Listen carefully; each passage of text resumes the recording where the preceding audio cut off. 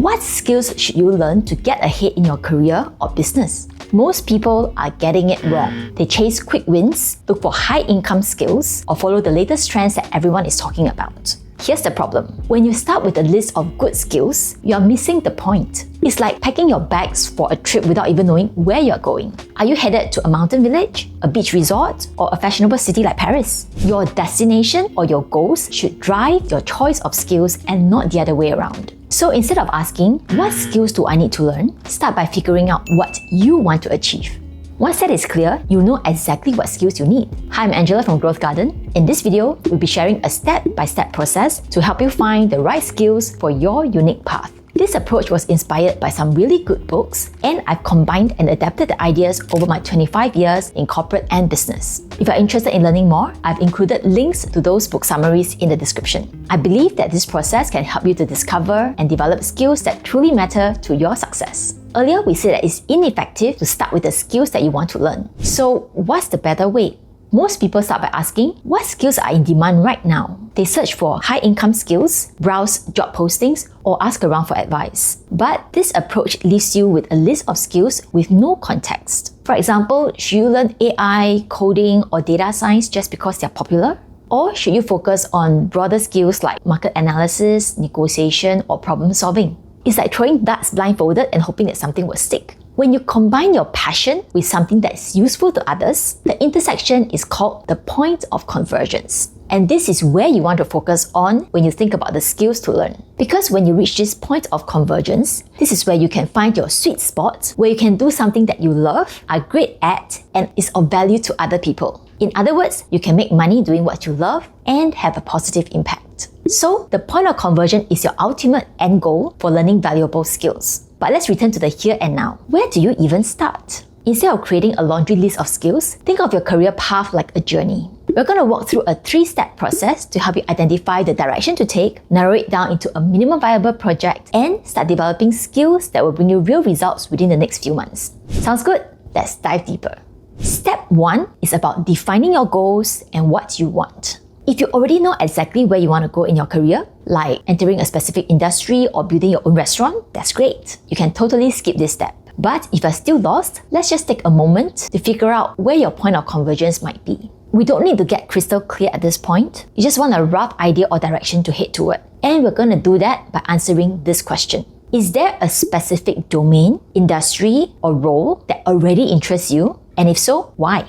For the sake of this video, let's imagine that you are fascinated by the world of finance. So imagine you enjoy organizing your finances, researching and testing out savings and investment strategies, and you're inspired by names like Elon Musk, Katie Wood, or Jack Dorsey. These are all clues on the direction you might want to consider. But finance as an industry is still very broad. Should you go into investing, work in a financial institution, or something else? Try researching the available opportunities and read about successful people in the area. As you do so, pay attention to what draws your attention and excites you the most. This is not about thinking, oh, this sounds like I can make a lot of money. We are looking for that fire inside you that lights up when you imagine yourself doing that role. It's like thinking about the kind of vacations that you enjoy. For example, do you enjoy quiet retreats or high adrenaline activities or being surrounded by fashion and shopping? This is highly personal and there's seldom only just one right answer. So for now, let's imagine that you have narrowed down to financial technologies or fintech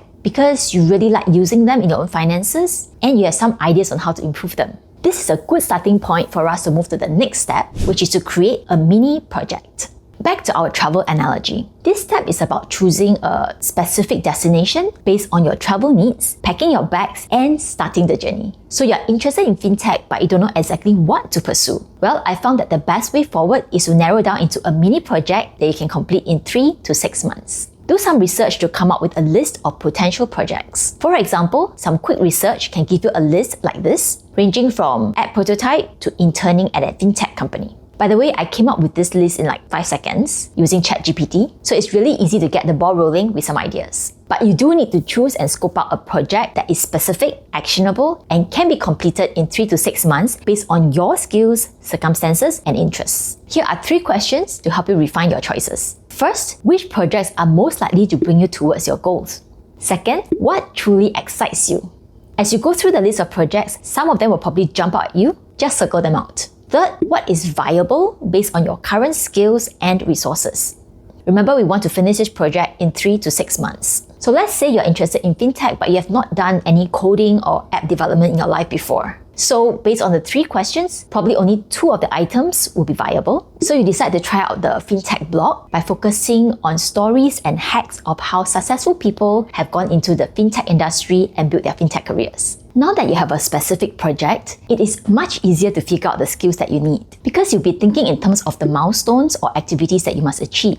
And these are a lot more tangible. And chances are you just pick up the skills along the way without thinking too much about it. For example, to create a fintech blog, you need to come up with a simple website, a content schedule, and figure out how to research, create, publish, and promote the content. Realistically, you're not going to have a winning blog within 6 months. So we might set a mini goal of creating just your first 20 articles. You can watch our goal setting video on how to break down your project further. Now personally, I learned this the hard way. When I first started my business, I knew I was interested in personal development, but instead of testing things out with mini projects, I wasted so much time and money getting certifications and creating things that turned out to be totally useless. By the time I got to reading graphics, which was my 3rd digital venture, I had learned my lesson. I wanted to create visual summaries for non-fiction books, but I had no idea what was involved. So my first mini project was to come up with the summary prototypes. It took me 2 months to create the first 3 samples, but it taught me what I needed to know. And that brings us to the last step. Step 3 is about evaluating what you have learned on your journey. At the end of your mini project, give yourself a pat on the back and celebrate your achievement. You've done it! Chances are, part of the project turned out differently from what you expected, but that's totally normal in life. When you go on a vacation, for example, you might discover some hidden gems, and on your career path, you might discover something that you never thought you'd enjoy.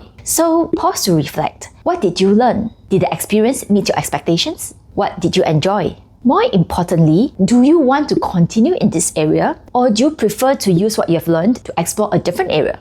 For example, you might decide to continue with another 6 months of blogging, to continue your research on fintech and to get better at content marketing. That's a valuable skill in any domain. Or you might decide that content creation is really not your cup of tea, but that's fine because after months of research, you might have identified technologies and tools that you can use to start building your first fintech app. Or by now, you might have a clear idea of the kind of fintech companies that you want to intern with. As you decide on your next steps, look for skills that are transferable, useful, and energize you. It's also important to consider any skill gaps that you'd like to develop in the future. And that's the whole idea really, because with each project, you learn something valuable and you gain insights into where you might want to focus on next. And eventually, all the pieces tend to come together. For example, over the years, I've tried creating my personal blog, doing corporate training, creating social campaigns, and so on. So by the time reading graphics came along, I could combine the pieces to create a unique set of skills for my venture.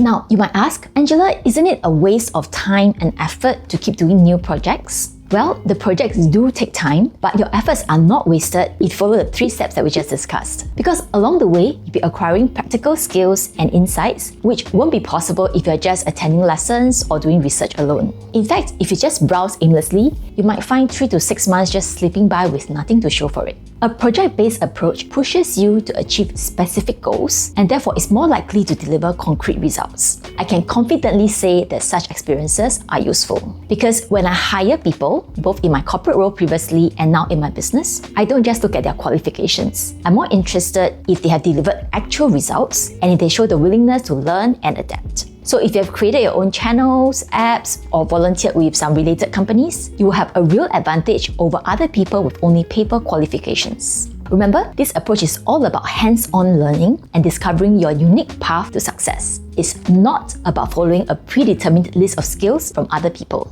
Are you ready to get started? Is there a mini project that you can commit to in the next 6 months? Share your ideas in the comments and let's support each other on this journey to growth and mastery. And don't forget to check out our other videos for more tips on finding your passion and achieving achievable goals. Thanks for watching. I'll see you in the next video.